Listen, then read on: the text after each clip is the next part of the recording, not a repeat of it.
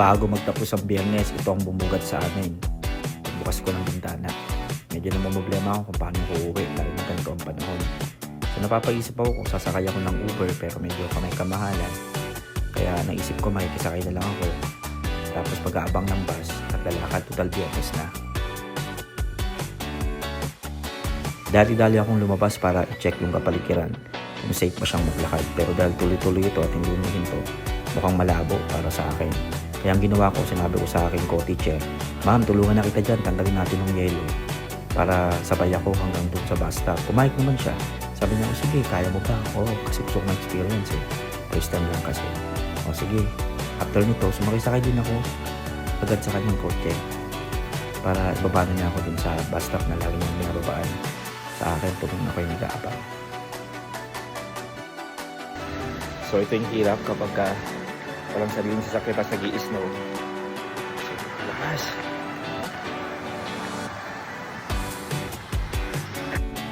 Hindi naman ako natagalan sa pag-aabang dahil biglang dumating yung 9 Wheaton. Ito yung sinasakyan ko para makauwi ako sa Silver Spring. Medyo nagtataka ko dahil yung snow ngayon medyo matagal, hindi kagaya dati na tila bagay kumikinto.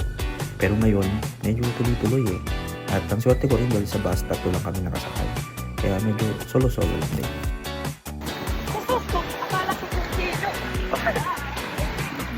Jewel pala. Actually, go this way, this way. This way. Bakit ganun? Itong hirap kapag Jewel, oh, nagla-live ka? hindi. Wow! Pwede mo pagpunan dito. Uy, halika na. Ito yung hirap pag wala kang sasakyan. Pag umulan ng snow, talagang basa. Talagang ano.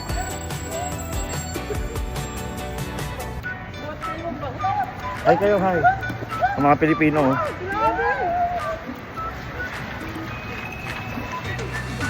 So yan ang problema.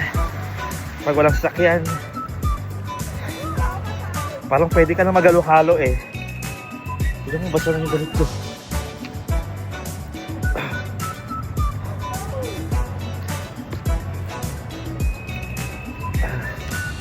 So yan po kahirap ang mga walkers. Salamat. So, kapal po ng yelo. Halika na. Sobrang lamig. Negative 13.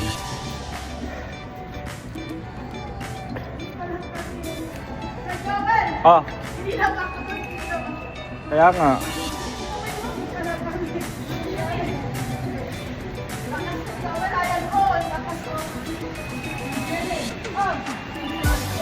Kaya ang hirap pag ano, pag walk. Sobrang hirap. Okay. Magandang hapon. Ito na experience namin. Dahil wala naman kami mga sasakyan. Kapag nag-i-snow, as in. So, kakatap. Hindi ko magiging snowman ako dito eh.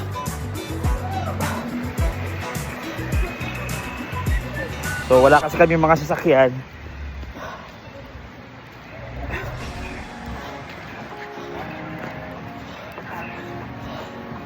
So ayan po. Alas ng snow dito sa Maryland.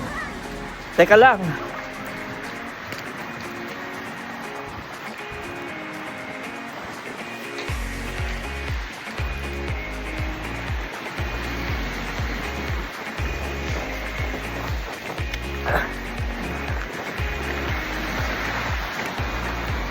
So ganyan po, hirap. Pagkata ko naman.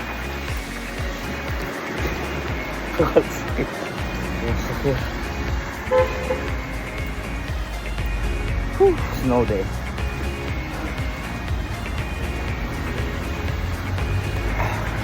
Malapit tayo. Parang ako snowman. Kapulo na ako ng yelo.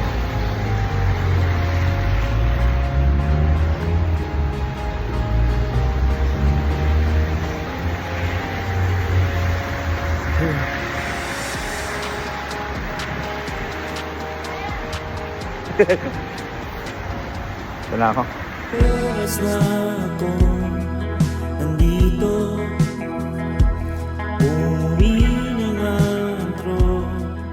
ako